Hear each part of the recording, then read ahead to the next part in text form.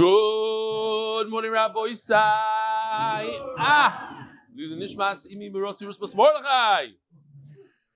So, for the Shabbaton, which we'll never forget, Yaakov Citron flew in and put together this beautiful piece just to make everybody in the room jealous that you weren't there. And of Charata, next year, Be'ezer Hashem, everybody will be there. Here we go. Shabbos was amazing. It was really wonderful.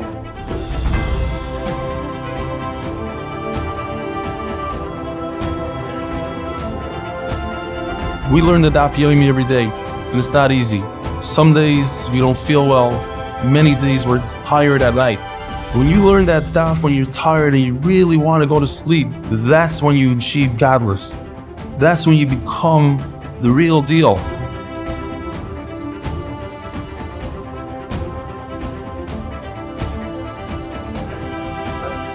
There's no question that the ultimate Akaras HaTorah obviously is to the Ribono Shel Olam, but the Ribono Shel Olam chooses his vessels. And the vessels that he chose to create an MDY is the Stefansky family.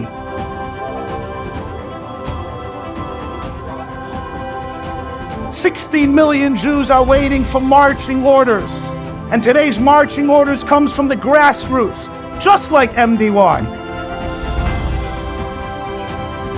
I see all the beautiful things of so many people. He gets paid in both worlds. That's the schach. I would have regretted not being here. It's a beautiful Shabbos.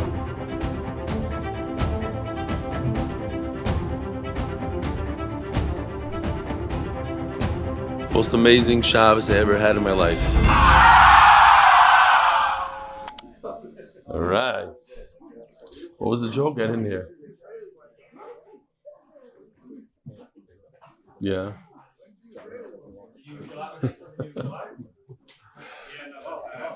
You were there, so stop it. Otherwise, it's a very long email. I heard tremendous Akaras HaTorah. As you know, I was blessed with anxiety and agoraphobia or something like that. Agoraphobia. What is that? Fear of crowd. I thought that's anxiety. What's the fear of missing Daf Yomi? What is that called? Dafagrobia? Dafophobia. No, that's fear of the daf.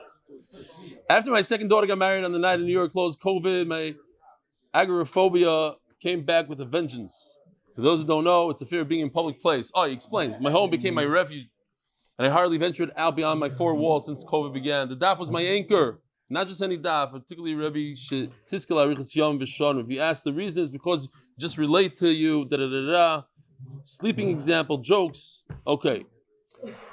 What story am I going to have to share with something that Eli said or did?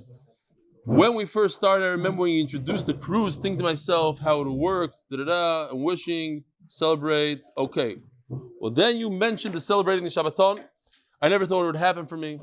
I tried to imagine it, and my biggest nightmare was big crowds, kind of like someone being scared of being stuck in an elevator. Anyhow, I wasn't sure I was going to do this, but I was determined. On that note, it's a good place for me to thank a very dear friend and a shachen. I can't say his name, but he's also the person who sponsored the Zemiras, who so kindly invited me to attend the Shabbos with my wife on Erev ושושנה. What a gift. There's nothing I can do ever for the chesed. But still challenged, how am I going to do this? A rebellion would say, I pushed hard and stepped out of my comfort zone. This Shabbos changed my life. But this shir as well, as I said, has been my anchor and probably saved my neshama as well. The Akaras HaTorah I have to you is no shir, the bench, Shabbos alone is die. My only regret was not spending more time one-on-one together with you to tell me my story, but I'm sincerely grateful for what you inspired me to do. And what a Shabbos. Words cannot describe, really, you're either there or not. Going back to the Shabbos 8 weeks ago. The Achlas was amazing, and I never imagined what Kiddush Hashem could be. I sat with Tomer till very late last night discussing we should do it again. Different Shiloh. To end, I also want to thank Tomer Levy, Rabbi Fix, Rabbi YY, who's been a great help in his own way to my personal journey, and Rabbi Ben Shushan for his kind words. I have so much to share, I'm sure it would inspire others as to what the share means to me, but this is big enough already. Thank you. I feel like a chassan still in cloud 9. For me, I ask Hashem that He answers my tefillin. After 25 years of struggling with this, I can take what I learned and help inspire others. Sincerely, your Talmud, Brachas Daf Beis. L'chvoid Rav Eliyahu. Bekitzer, he wants to say, this is in Hebrew, he wants to say a beautiful vart, and I think it's appropriate because it's Thursday. He says that this week we're starting to do Shnai Mikra on Sefer Shmois. And Shmois, Shin Mem Vav Taf, is the Rosh Teves Shnai Mikra ve'echad Targum. Ve'ela Shmois is v'chayev adam likros aparsha Shnai Mikra ve'echad Targum. So, Bekitzer, he says, what's the connection? He says, because why Dafkin Parsha Shmois? Maybe it should be in Bereshis, this Shnai Mikra ve'echad Targum. He says, because people fall off the bandwagon during Chanukah. But if you're part of MDY, you know that you never wait to the next round. You don't wait until Chumash starts again, and you jump in, and you start right here. It's a great opportunity for the Olam to chaparain and to join Shnayim Mikra ve'echad Targum this coming week. Ad kain shekoyach alakol tamid tzvi ram Kiryat Gat. Beautiful. Rabbi Isai, on a sad note, our very first Hebrew sponsor, he said that anti-tank missile hit his son's tank, and 2 of his son's friends were killed. And he wants the Lilu Nishmas Amit Hod Ben Gai in Galit, Daniel Nachmeni Ben Yosef Umaya, Hashem Yikim Damam, these pure neshamas that fell this week in Lebanon, on the border of Lebanon. We're not even talking that much about it, but it's not good over there. We thank them for being shutfim in this erasure of bad in the world and destroying our enemy. Baruch Berger u'mishpachtoi, his son should have refuah shlema. They should all have refuah shlema in their heads, in their bodies, and the neshama should have an aliyah. The sponsor of the koil for the week is Yedidya Pereira. Lezchut zivug bקרוב. Bas Michal, Chayim David Ben Shulamis, ושושנה ברכה, ושושנה ברכה bas Shulamis. They should all have shidduchim bקרוב. The Masech is sponsored for the unity of Am Yisrael. Parnas HaChodesh, Yosef Ben Chaya, Sara, for all the zchusim that come from supporting Limud HaTorah. Avi, in one word, what happened last night? You went to Gaza. To the border. What did you see? Anything interesting? You gave food to the Chayalim. What else? Any crazy story that you need to share with us? You'll think about it. Yosef, Rav Noam, Avi, Gary, and Yosef for your relentless commitment to MDY. Neshama, Esther, Bas Pesach, LeMishpachas, Rubenstein, the Neshama should have an aliyah. Yosef, all the words are backwards today. Yisrael Ben Avraham Radin, zchusim on his 3rd yard side. We feel so lost without him. Oh, he's not here. Yosef. Oh, no, everything's backwards. But Moshe after. You guys remember Moshe after? Yeah. It might not be him. Okay, Moshe after. B'schus Ephraim Ebert having atzlach and Limud HaTorah. There was a young boy, a 13-year-old from Canada. His name was Moshe after, and he was on Zoom every single day for like 2 years. With the goat, and he had a rabbit, and then he went to yeshiva. Before we start, I want to share with you a very emotional story that has to do with today's daf. It's a famous story. Dirshu made it famous, and I recommend everybody look it up. It's on YouTube. That's where I found it. And the story goes as follows. It took place just a few years right after the war. And it was the day before the 3rd Siyam HaShas, Topshin Yud Gimel. And a guy walks over to Reb Chaim, the Magid who's about to make the Siyam HaShas, and he says, "Can I come to the Siyam HaShas?" So he looks at him, and he realizes, he says, "Oh, you're the guy from the store." He says, "Are you from there?" He says, "Yeah, I'm from there." In other words, he was from Buchenwald. And he says, "No, why do you want to come?" He says that he had a verstopte cup. He didn't know how to learn. He was terrible in cheder. And which reminds me, I'll go back just for a second. I got a message today from the person who I was kind of speaking about yesterday, from the elephant. And he wrote to me, it's a very sad message. He said that his Rebbe, he put a chart. It says, how much do you know? Each person, each kid, a certain box. And the kids had the more they knew, they filled the boxes. And his name, he had 0 boxes.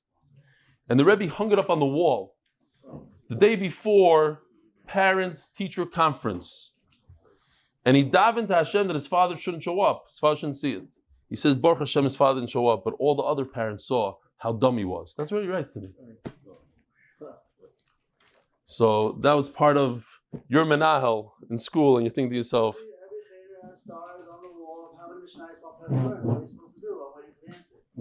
take the kid's name off, maybe. Put a big 0 by the kid's name. How you doing, Chime Snow?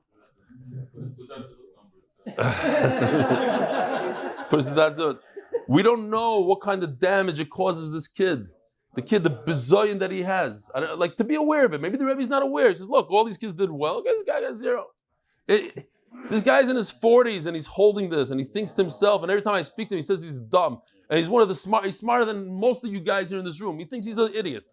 Every time I speak to him. And he writes me this whole long thing, how the Rebbe made him feel dumb. Anyway. So, this kid, he didn't know how to learn.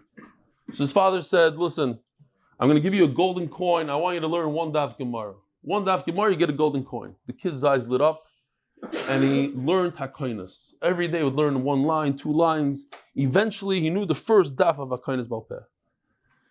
And Mati Steinman sings it beautifully. I'll show you a little clip. It's 11 minutes. I can't show, obviously, the whole thing. It's very, very emotional. And he learned this 1 daf. And then, of course, the war broke out.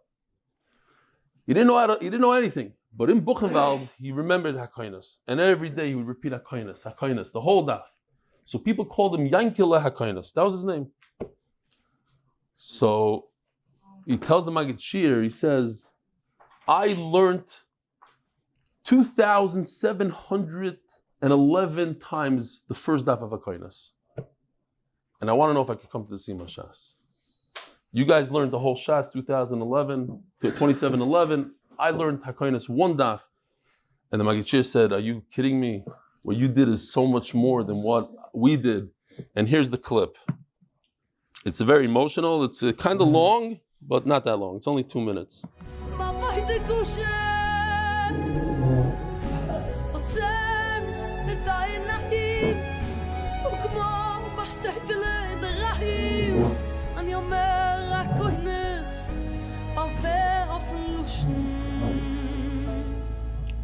ועכשיו אמור לי רב חיים, האם אוכל בעוד יומיים להשתתף בסיים חודשית ועל אף, כי 2,700 פעמים אמרתי את הדף בסומם, למרות שלמעשה אשזנום החיים דף. Only 1 daf. Rabbi Yankel, Yankele erscheinen Schätel, bo na'aseh geschätel. Let's make a deal. קח את שלי ותן את הסיים שלך, כי אני על פי סבורה אסיים את הגמורה, אבל אתה מסיים את הגולס בזכותך. We're finishing Shas, we're finishing Aleph. בוא רבי ינקל, ניכנס לבסמדרש פנימה, לילוי נשמת השתיתה לשדיק, אבא ואמא.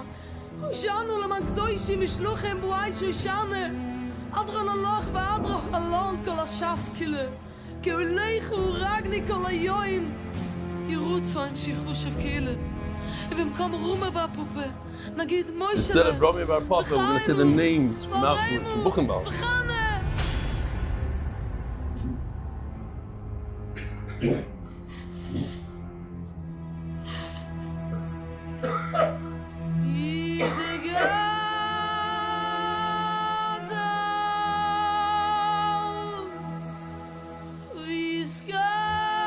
All right, look it up. Yankele HaKoinus it's called.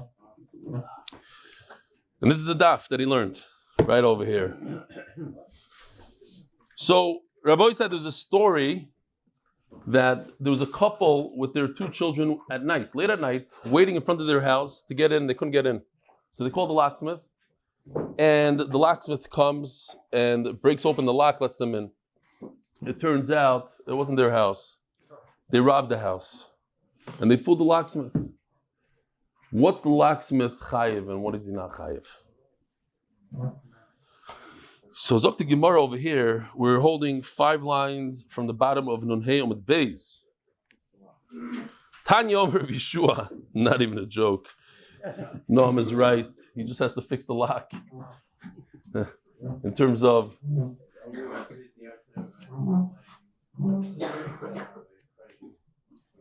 Reb Chaim Kreisworth, how is he related to you? Grandma is further. Reb Chaim Kreisworth, the other side. The Shabbat should have an aliyah.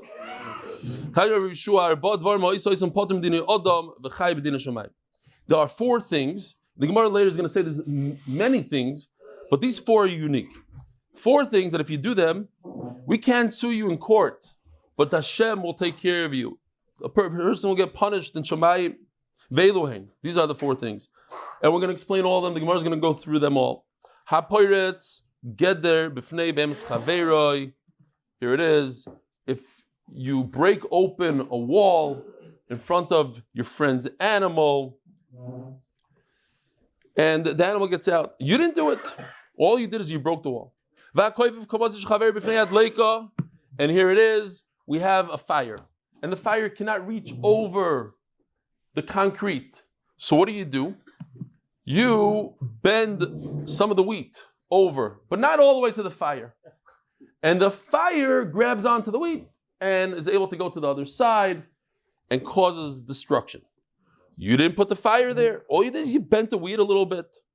We're going to have to explain. Don't have a picture for that one. If you hire false witnesses to testify by Yudei, this is the Chaveira. You know something that can help your friend, and you can testify in court on his behalf, and you don't testify. These are the 4 things that you're potter. You can't. Bezin can't be mechayev you, but in Shamayim they'll get you. Omer Mar, let's explain each one. What's the case? If it's a nice strong wall, ask the Gemara and put this with your pencil. He should be chayiv for the wall. The Gemara is not asking about the behema. The behema you never chayiv. Why? Because you didn't touch the animal. That's called a grama. Very interesting thing. Let's say you have a fire on Shabbat, on Yontif. Yontif, it happens all the time. Your wife is done cooking on the stove, on the stovetop, and now you have a big flame. You want to get rid of it. It's too hot. Are you permitted to take a pot of water and say, let's say you want a cup of coffee. I'm going to put the water all the way to the tippy top of the pot, put it on the fire. Obviously, you know what's going to happen. It's going to boil over and extinguish the flame.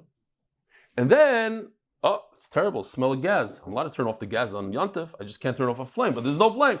But I knew it's going to happen. I knew that the water, am I permitted to do that on Yontif? Or maybe it's a grama. Maybe it's okay. I didn't do it. I didn't turn it off. I put the water. I knew what does the oil say, Jonathan. You just finished this. You're almost a rabbi. You got smicha from Smicha's cover program, huh? There's no anova when it comes to paskening. You leave that anova for me. Stefansky anova. No. I think it's definitely Rama. Yeah. So. I think Rama, but I think Rama is care of that. Yeah. What do you say? Bar mitzvah boy almost? Probably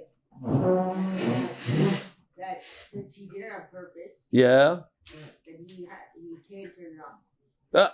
He says it's awesome. Anyways, it's motor. All the boys gonna say it's motor. You got to go to Smicha's cover program.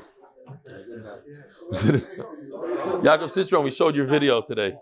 It was beautiful. Good stuff. Good stuff. He flew in from Yisrael in the beginning of the war, left his wife and kid. A lot of people wanted to do that, they're jealous.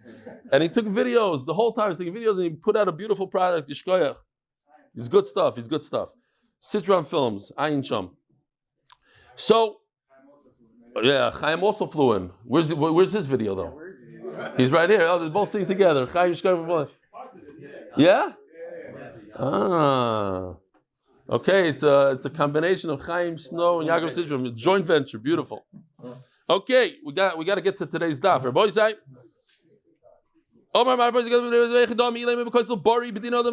should be chayiv on the wall. Ella, daf nun vav amud because the Ruah must be talking about a weakened wall that anyways it must come down. It's going to damage somebody, might hurt somebody, it must come down. I didn't do any damage by knocking down your wall. On the wall, I'm not chayiv. On the animal, I'm not chayiv either.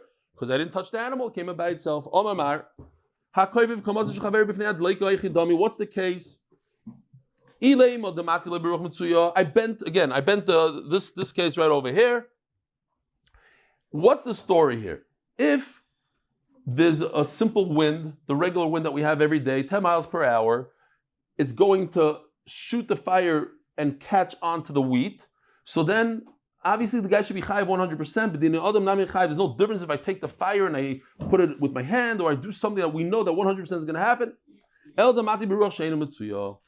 These are very simple one-liner Gemara. It's not a big whole back and forth. We're talking about that in a very strong wind, something that he didn't anticipate. Today, do you anticipate a 40-mile-per-hour wind? No. So it's an interesting situation. It was a guy that was trying to play a game here, trying to create a fire, but he didn't anticipate a very, very strong wind. So he put down the wheat, hoping for it, but he never thought it's going to happen. In the background, it's impossible. The last time we had a 40-mile-per-hour wind, there was 2 years ago. All of a sudden, a big giant wind comes, so that's why he's not Chai B'din Yadav, but he's Chai B'din Shomayim because at the end of the day, he did something. He's being mischievous. Very interesting, because if you remember, Tomon is this, that if you have a hidden object in a fire, the guy that lit the fire is potter. So let's say he had a pile of wheat. There's a pile of wheat. A guy lights a fire, he's about to destroy the guy's wheat. He'll take him to Bezin. How much will the guy be chayiv? $1,000. Comes a genius and he covers the guy's wheat with a blanket. Now the guy that lit the fire is potter, 100%. Why? Because there's a concept called tamun. If it's hidden under something, a box under wheat, or wheat under a sheet, potter. So this guy, he's kind of a Rasha. He made the guy that put the fire, it made him potter by putting out the blanket. And we're going to see that he wasn't such a Rasha. He's trying to be a nice guy. He's trying to help him for a minute. That's why there's a chiddush here. He hired false witnesses. Hey, what's the case? I got to tell you the story because it's irking me. I was in the airport with my wife. You can ask my wife.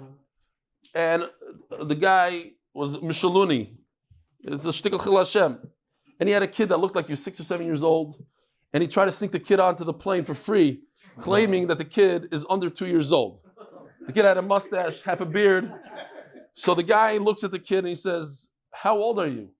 So the kid says, and the father goes, "No, he doesn't know how to talk. You don't know how to talk. You don't know how to talk." Mom's like that. And like, yeah, he's under 2. He's just he's on the 1,500 percentile. He's like this. He's like, I'm starting making up stories, whatever. So, hey, the sheker.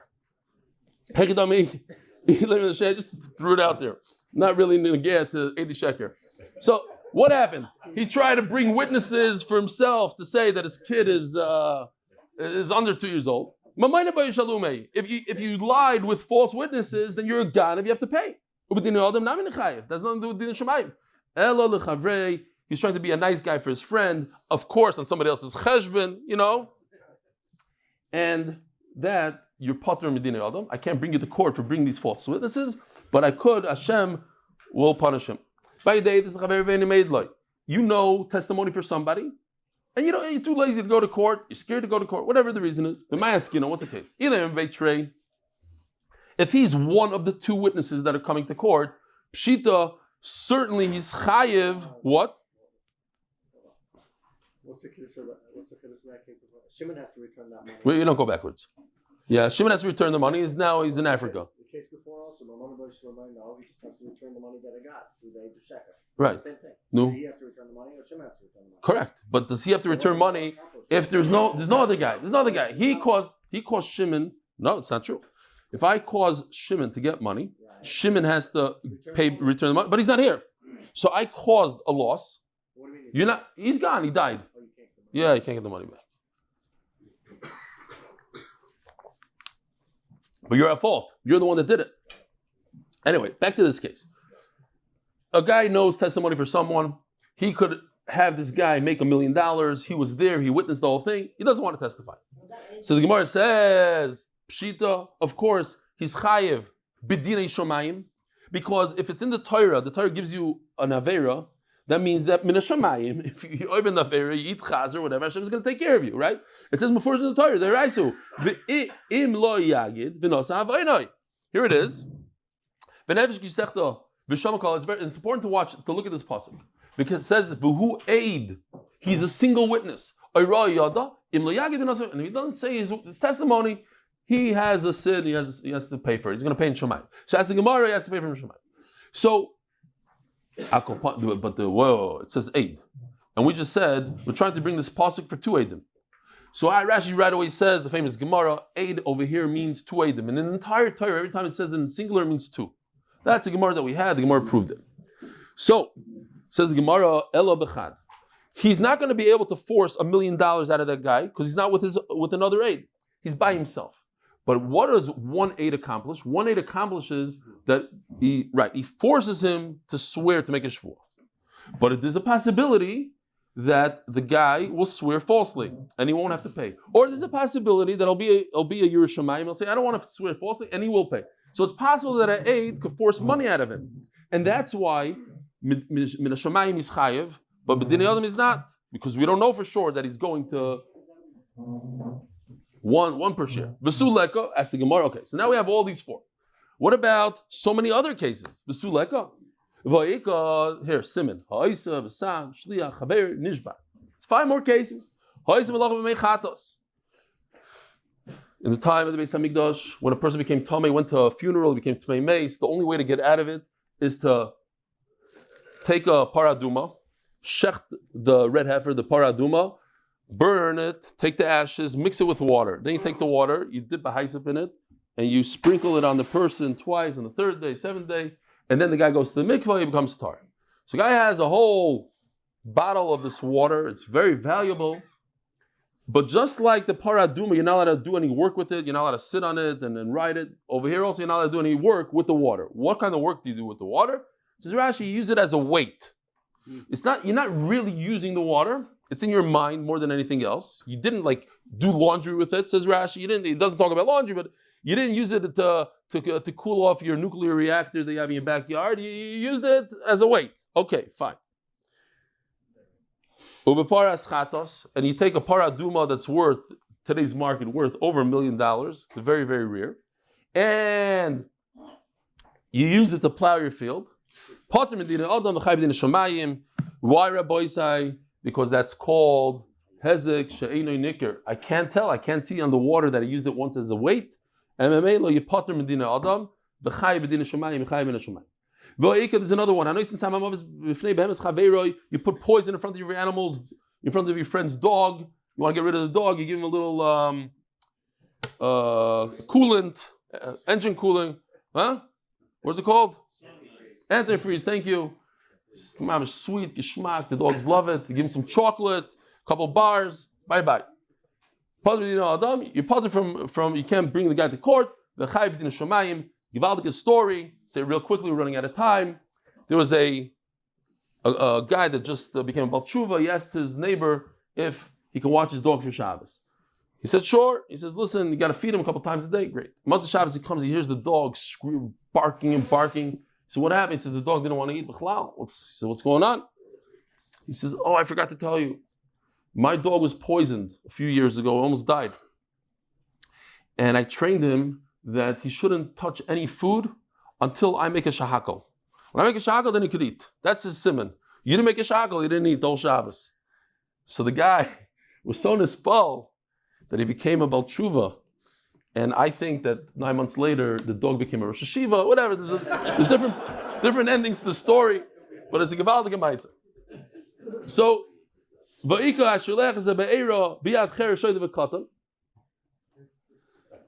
if you give, here in Eretz Yisrael, they do Achnas Sefer Torah, they give all the kids torches. Goes a wild kid, takes the torch and burns the house down.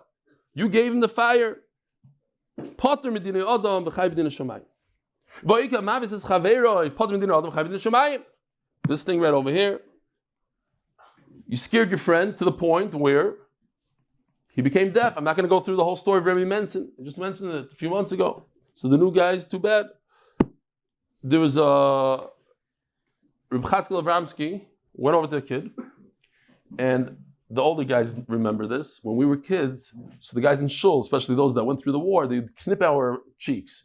And you'd feel it for a month or two sometimes. You walked into shul, like you think was that, yeah, you're such a good kid.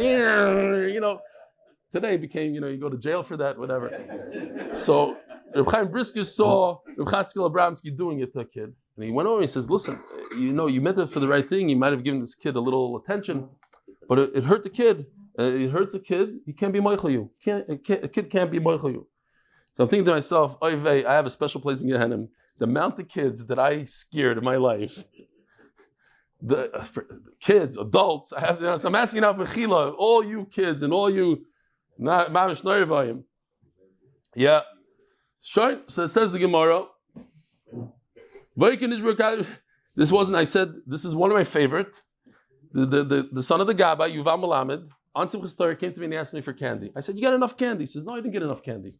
So in front of the whole shul, this is years ago, now he's in his 20s, but it was like 10 years ago, right when I came to Yisrael, I flipped him over and I shook him down. And hundreds of candies poured out of his pocket. To me, it was Gishman. I went like this to a kid. And just candy poured. He thought it was funny. His father did not think it was funny at all. But anyway, I have to ask him Mechila. Remind me on Shabbos, ask him Mechila. To this day, do you give him candy every Shabbos? Yeah. Give him more, yes. Anyway, what happens if you leave a damage in the middle of Rosh Hashanah and you don't get rid of it, you mafker it? We have to show this again because this was a Gevaldika one. This is the sugya of nitkal, of a person tripping or a camel tripping and then somebody trips over that thing. So over here, the second guy is not as chayiv as the first one. The first one should have been careful. It's not accurate halachically what we showed over here because it shouldn't have been a stone in the street. It should have been that the guy tripped over himself. But the point is that one time per share. Then it should be much lower. Thank you, Lauren. In that case, you're only chayiv b'din shemayim, not b'din adam. Says Gemara, you're right. You have a bunch of cases. There's a lot. But our 4 are very special. They're so special that I would think that you don't even have to pay b'din shemayim. They're so far. Why? When I open up the wall, it's supposed to be broken down anyway, and the city wants you to demolish it, and it could kill people as they walk by. So I'm doing you a favor. So no, but at the end of the day, there's animals behind the wall, and you should notify the owner. I would have a havamina that you shouldn't be chayv in Shemayim. You take the case of bending the wheat of his friend Nami. I had no idea. There's no way I have to understand that a very strong wind will come. And I shouldn't be chayiv even in Shemayim. You will be chayiv in Shemayim. If somebody chaps it, not chap, they talk about what's the difference chayiv in Shemayim or not. And according to the Pshat, that he covered it with a blanket. I was trying to gain a few minutes over here. I figured, I'll call you, you'll rush over with the truck, you'll save all your wheat. Meanwhile, I'm putting a blanket over it. But I caused tremendous damage by putting the blanket. You're right, I saved a few minutes, but you didn't come on time. And now the guy that lit the fire is Potter. There's many times in life. There was a story, a guy tried to help his friend. The guy did a great job in his house. So he went and put an ad in the newspaper about how great his friend is. Yeah, use this guy, he's the best contractor around. Meanwhile, the The tax authority sees that this guy's in business and he's so great. So they figured out stuff and they got him in big trouble. Now, I was trying to be nice to him. I didn't know that he's evading taxes and all that. And now he's sitting in jail because of me. Another guy turned off the electric in his neighbor's house because on Pesach he went on vacation and he smelled something coming out of his house. So he figured I'll turn off the electric. He cut his freezers and everything else. He's trying to be a nice guy, caused damage. Chaya b'din shamayim. I can't sue him. He's trying to be a nice guy, but he's chaya b'din shamayim. And I hire witnesses, false witnesses. The false witnesses, they shouldn't have come forward. So what if I hired you and I paid you? You have to listen to Hashem. When the Rebbe says something and Talmud says something, you listen to the Rebbe. You shouldn't be chaya b'din shamayim. No, you convince them, you have a part in it. I know something that's good for my friend and I don't testify. And I'm only a single aid. So who said that I'm going to cause damage? So they don't have a moida. Maybe that guy will swear falsely.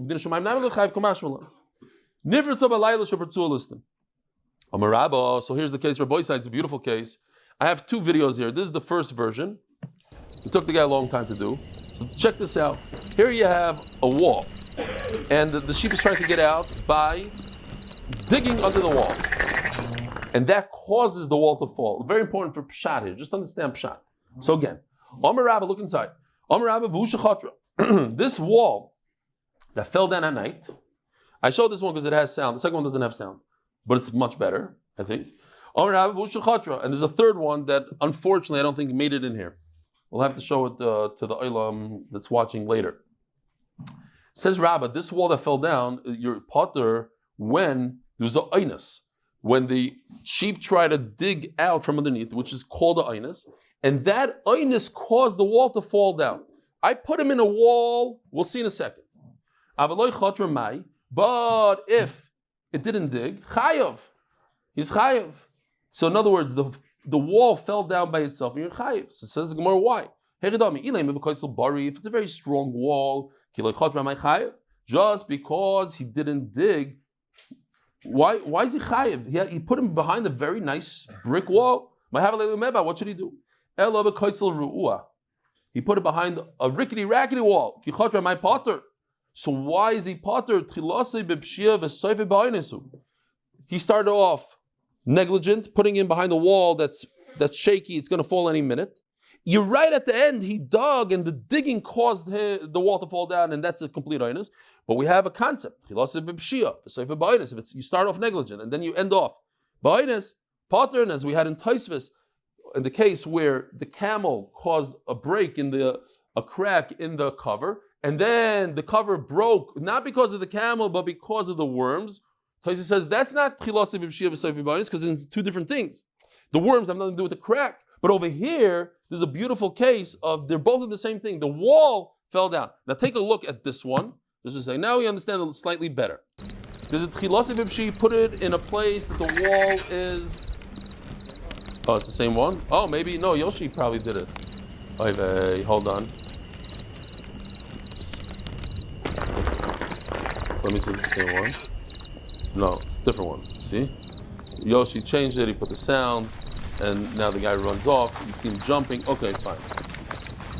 Anyway, let's see if there's another one.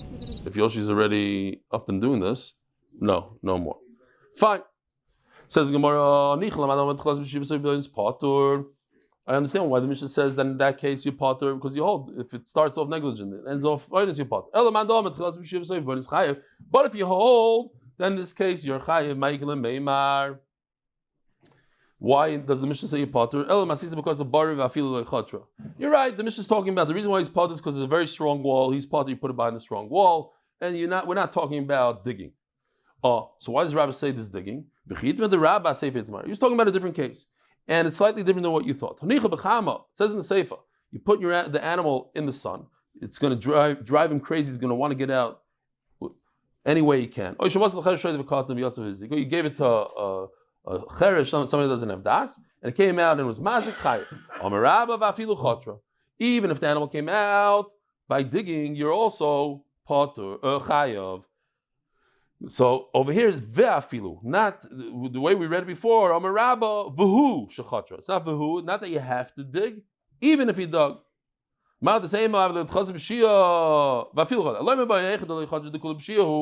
If it didn't dig, then he's negligent. He put him in the sun. Even if he came out in a different way by digging, maybe this is a case where he was negligent, but it ended up happening because of a different reason completely. I'm telling you that this is also considered a pshia. Why? My time, since you put the animal in the sun, any trick this animal has, any trick it has to do, it will do, and that's why it dug and got out, and that's part of the pshia. If the robbers take it out, chayav. Says Gemara Daf Yomi Beis Pshita, sponsored by Jonathan Stefansky to remind the Oilam that's the end of the year, and there's different tax benefits from giving tzedakah, and there's different benefits from the shamayim. There's b'dei adam, and there's b'dei shamayim, and the b'dei shamayim is much better than the b'dei adam. Pshita, and the sponsored.com, and the Oilam, Rabbi say MDY needs it now, they're in the red. Pshita, kivin da apkua, kaimela b'shusai l'chol mili. As the Gemara, if a ganef takes out an animal, he did meshicha. And when it comes to stealing from somebody, it's not enough to do meshicha. You need shina rishus. You have to change the venue and the domain, and he did. This ganef took it out from Reuven's backyard and brought it into his own rishus. You have meshicha and shina rishus. So it's yours 100%. So what's the chiddush in the Mishnah? Two chiddushim here. There's a way to steal something. There's a way to steal by standing in front of it and maneuvering. I didn't touch the animal. If you take an animal and you put it on top of the person's fruit, you chayiv. As the Gemara Maimed Pshita, if I take the animal, put it directly on, of course, I didn't put it directly on top. I stood and I didn't let it move until it went to my friend's fruit. Rav Yosef, Abaye was Rav Yosef's Talmud, and he tried to remind Rav Yosef his tired that he forgot from being sick. Remember, you taught us, he didn't stand in front of it, another way to do it. You could do Mashiach Rabbi Isai by hitting an animal. You don't have to lift him and move him, hit him with a stick. And it's talking about a case that the robbers hit him. When you give your animal over to a shepherd, the shepherd becomes instead of who? If he becomes instead of the animal's owner, Tanina, we already learned this in this Masechta Chadazimna one time. Here's all the different things. If you hire a guy to take care of your animal, which means a shepherd, or you give it to your friend, does you a favor, they become instead of the owner. So what's the chiddush here? We're talking about the guy that's watching the shepherd gave it to another shepherd. That's the chiddush here. And the first guy, the first shepherd is Potter. As the Gemara to the Rava, is that a kash on Rava? Rava says the one shepherd that gives it to another shepherd, he's chayiv, even on einzim. Why? In a very simple svara. Because when I hire somebody, I hire you because I trust you, and if something's going to happen and I ask you to swear, I trust that when you swear, what you're saying is right. But if you're going to give it to some guy over there that doesn't care about HaKadosh Baruch Hu, and he's going to swear falsely. What good is that for me? Says the Gemara,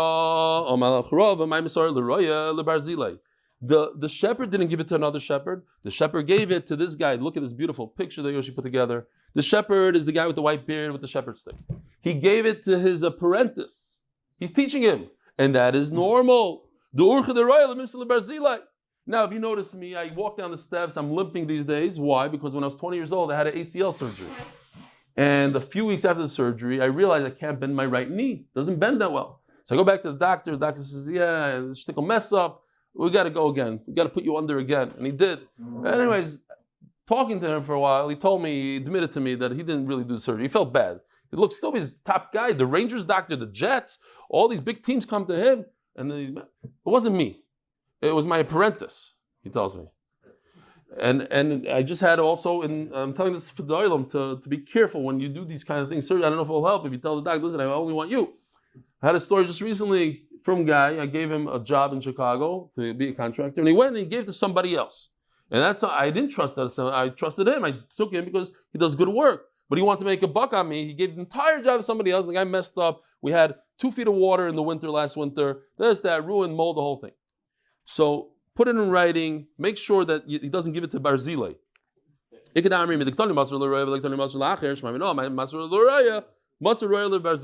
So if I care, we bring a raya to Rava. Why does we talk about a raya? Why does the Mishnah say he gave it to a raya? Just say I gave it to my neighbor. The teretz is because the raya gives it to a parentis, and that's the normal thing. But just like Rava said, one guard can't give it over to another guard. When it comes to a shepherd, yes, to his apprentice. Let him say maybe it's a right to Rava. He says you can't give it to somebody else. You know why it says roya? That's why it says roya. That's normal. Rabbi said, let's do the sugya real quickly. It's a beautiful sugya. Itmar shomer aveda. If I find, let's say, somebody's dog in the street, Rabbi Omar kishomer chinam damim. I have to watch the dog now. Am I getting paid to watch him or not? And a big nafkamina is because, as we see over here, if you consider me a free shomer, Hashem told me to do it, so I'm doing it for free. So beseder, I'm not chayiv if it's stolen or lost. But if you consider me a shomer sachar, Hashem told me to do it, I'm getting paid in some way, then I'm chayiv if it gets lost. Somebody steals the wallet from my house, the dog gets lost, I have to pay. Rav Yosef it's as if he got paid, and he is chayiv. What another does he have? Rav Yosef,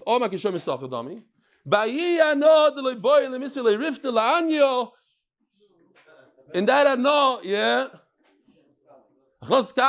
In the middle of learning, I can't give you anything.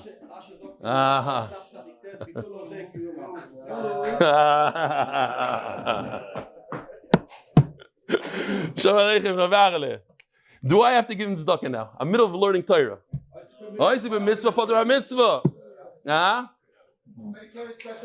So I said, I tell him, he says, but Rashi Menachos, I didn't know this Rashi. He said, Rashi Menachos says that in the middle of learning, you have to give. So he's right, in a way. There's a Gemara Ma'ikatan that says that in the middle of learning, you have to do all mitzvahs. Because learning is to do mitzvahs. When you're doing a mitzvah, like we're talking about, he's in the middle of HaShabbos Avei, there's one thing. Rebarele, give a cook, here. Rebarele is a big part of the night share, and I asked him to do us a favor and come here and pretend that he's collecting. No, he really collects here also, but Yishkoyach. Yishkoyach Rebarele. Yeah. Don't worry, he'll be here.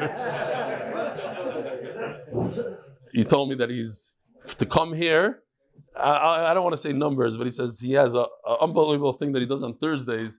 He makes crazy money in a different city. I won't say the name, so it doesn't count that we're talking about him. Anyways, he gave up a lot of money, he said. So, yishkoyach to him. So, because if a poor person comes over to you and says in the Gemara, I don't have to give him bread. Why don't I have to give him bread? Because I'm in the middle of doing a mitzvah. I'm taking care of somebody's dog. Rabbi said, if I'm not taking care of somebody's dog, I have a wallet of somebody's in my house. Is that oisik b'mitzvah? Says Tosfos, I'm wearing tefillin right now. I'm in the middle of chakras. Am I potter to give tzedakah? Forget the halacha, the chakras, because Reb David will say, I'm in the middle of davening, you can't move. Which is right. If you're in the middle of Kriya Shema, you're in the middle of Shemona Esrei, of course you don't give tzedakah. But if I'm wearing tefillin like they used to wear tefillin those days all day long, I'm wearing tzitzis, says Tosfos. I'm oisik b'mitzvah, I'm in the middle of a mitzvah. So that makes me potter of a mitzvah? No. It's only when I'm oisik, I'm dealing with the mitzvah, and I have to concentrate. I have to take the dog on a walk, or that's not a good example. I have to feed the dog. I'm oisik in the mitzvah. Then, but if I found that somebody's computer, it's sitting on my shelf, that's oisik mitzvah? Absolutely not. But Torah is an exception. Torah, maybe we look into the halacha, I'm not a rabbi. It might be that you have to stop learning and give tzedakah. Oh. And here, one more line. This line is a very important line. It's not a line for the end of the shir that you just read it and you go weiter. You have to understand it. Some explain this way. Why is the guy considered a shomer sachar? He's not getting paid, right? He's not getting paid. Nobody's paying him to watch his dog. Since the Torah forced him. The Torah says, where's the pasuk over here? When you find something in the street, you have to take it, look for the owner, and if you can't find the owner, you bring it to your house. Kishoy Misachadami. Hilkach Kishoy Misachadami. What's the pshat? So in yeshiva they taught us, and they told me that it's in the. I didn't even look it up. In the guy said yesterday it's in the art scroll. So look in the art scroll. But simple pshat, beautiful pshat. That when a person is a shomer chinam, when I ask you to watch my computer, logically, automatically, you took upon yourself, or you should take upon yourself, gneva and aveda. Why am I giving you my computer? So that you put it on your windowsill and somebody should steal it? I'm giving you my computer so you watch it against theft, against being lost. Why am I giving you my dog? So that you run away? So automatically, you should be chayving gneva aveda. So why are you potter? Because we assume that you wouldn't take it upon yourself if you knew that you'd have to pay for the computer. Oh, that's only because I'm assuming that you don't want it. But if I don't assume that, because the Torah forced you into the position, then you go back to the automatic. What's the automatic? Automatic is that you are chayving gneva aveda. So that's what the Gemara is saying. Once you were forced to watch it, the Torah said you must watch it. Now you don't have the option to say, oh, I'll watch it on condition that I don't have to pay for gneva aveda. Too bad on you. You're mechuyev to do it. So you have to pay. You have to pay for gneva aveda. That's why you're not a shomer sacher that you got paid. You're a shomer sacher because you're chayving gneva aveda. And some say, he was telling me, some say, I didn't. Who says it? Pnei Yeshua says, I get a mitzvah in Shemayim. That's my schar. That's even greater than all the schar. Rabbi Isai, have a wonderful day.